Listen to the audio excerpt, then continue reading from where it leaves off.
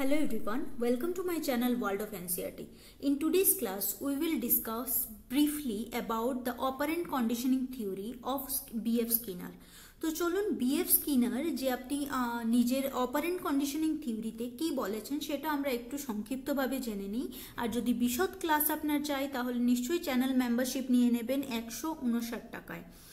আপনি এটার মধ্যে ফুল ডিটেলস পেয়ে যাবেন এই B.F. Skinner লার্নিং থিওরিজের। এছাড়া এটার এমসিকিউ বা পার্সোনাল যত রকমের কিউরিজ আছে সেটা আপনি চ্যানেলে মেম্বারশিপ নিয়ে কমপ্লিট করতে পারবেন। এছাড়া থাকবে আপনার কাস্টমাইজ চ্যাট রিপ্লাই, আপনি সোশ্যাল মিডিয়াতে কানেক্ট হয়ে পার্সোনালি আমার সাথে কথা বলতে পারবেন আপনার স্টাডি রিলেটেড ইস্যুস নিয়ে। B.F. Skinner's learning theory is rooted in behaviorism.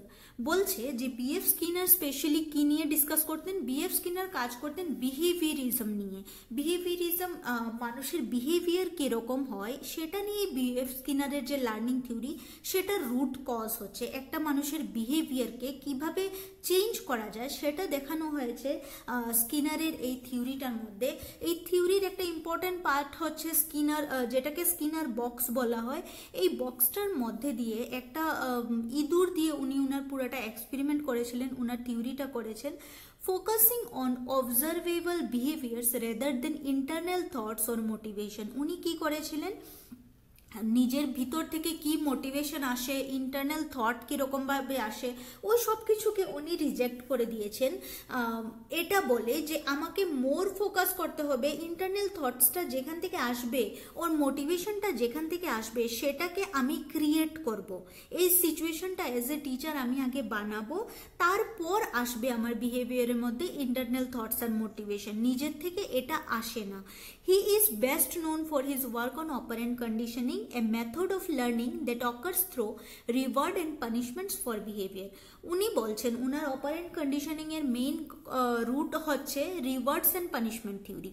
তুমি যদি রিওয়ার্ড দাও একটা মানুষকে, ওই মানুষটা ভালো কাজটা কন্টিনিউ করবে। যদি তুমি একটা খারাপ কাজের জন্য ওকে রিওয়ার্ড দাও তাহলে ও খারাপ কাজের জন্য রিওয়ার্ডটা নেওয়ার জন্য বারবার খারাপ কাজটাকে কন্টিনিউ করবে।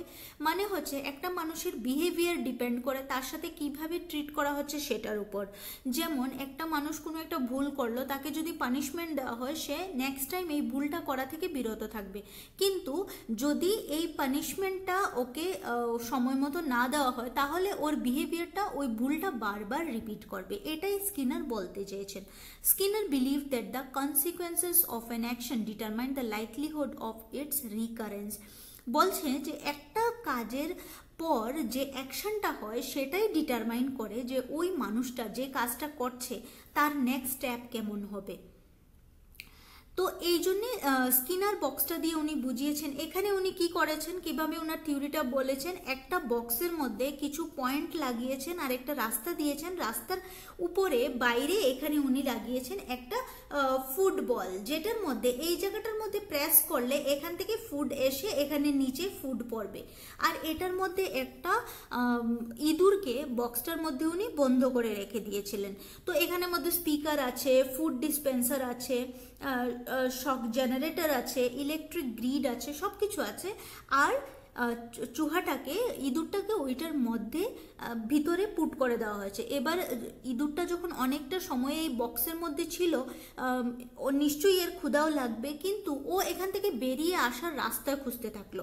এবার এই ওয়ালে উঠলো, ওই ওয়ালে উঠলো, এরকম এরকম হাত দিতে দিতে একটা সময় ইঁদুরটার হাত যখন এই বক্সটার উপর পড়লো, এখান থেকে একটা খাবার এসে নিচে পড়লো। ইঁদুরটা তাড়াতাড়ি করে গিয়ে খাবারটা খেয়ে নিল। তারপর আরেকটু ঘোরাঘুরির পর আবার হাত লাগলো, তখন আরেকটা খাবার পড়লো। এবার এরকম করে করে করে করে যখন 4-5 বার জিনিসটা হলো, তখন ও দেখলো যে আরে এখানে হাত দিলে তো আমি রিওয়ার্ড পাই, রিওয়ার্ড পেলে ও বারবার কাজটা রিপিট করবে। কিন্তু যদি এটার মধ্যে ইলেকট্রিক সিগন্যাল লাগানো থাকতো, ইঁদুরটা হাত দেওয়ার সাথে সাথে যদি ওর ইলেকট্রিক শক লাগতো, এটা হতো ওর জন্য পানিশমেন্ট। তো পানিশমেন্ট পেলে ও কি এটার মধ্যে আবার টাচ করতো? করতো না, কারণ ওর বিহেভিয়ারের মধ্যে এটা এসে বোঝে যেত যে আমি যদি বারবার একই কাজ যেখানে পানিশমেন্ট পাওয়া যাচ্ছে এটা রিপিট করি তাহলে আমার এই কাজটা কন্টিনিউ থাকবে। এবার এই বিএফ স্কিনারের যে থিওরিটা এটা আরেকটু বিশদে আমরা জানবো, আর এটার এডুকেশনাল ইমপ্লিকেশনস কি, টিচার হিসাবে আপনার রোল কি, সবটা আমরা বিশদে ডিসকাস করব। এই ডিসকাশনটা দেখার জন্য আপনাকে নিশ্চয়ই চ্যানেলের মেম্বারশিপ নিতে হবে। ধন্যবাদ সবাইকে, দেখা হচ্ছে নেক্সট কমপ্লিট ভিডিওর সাথে।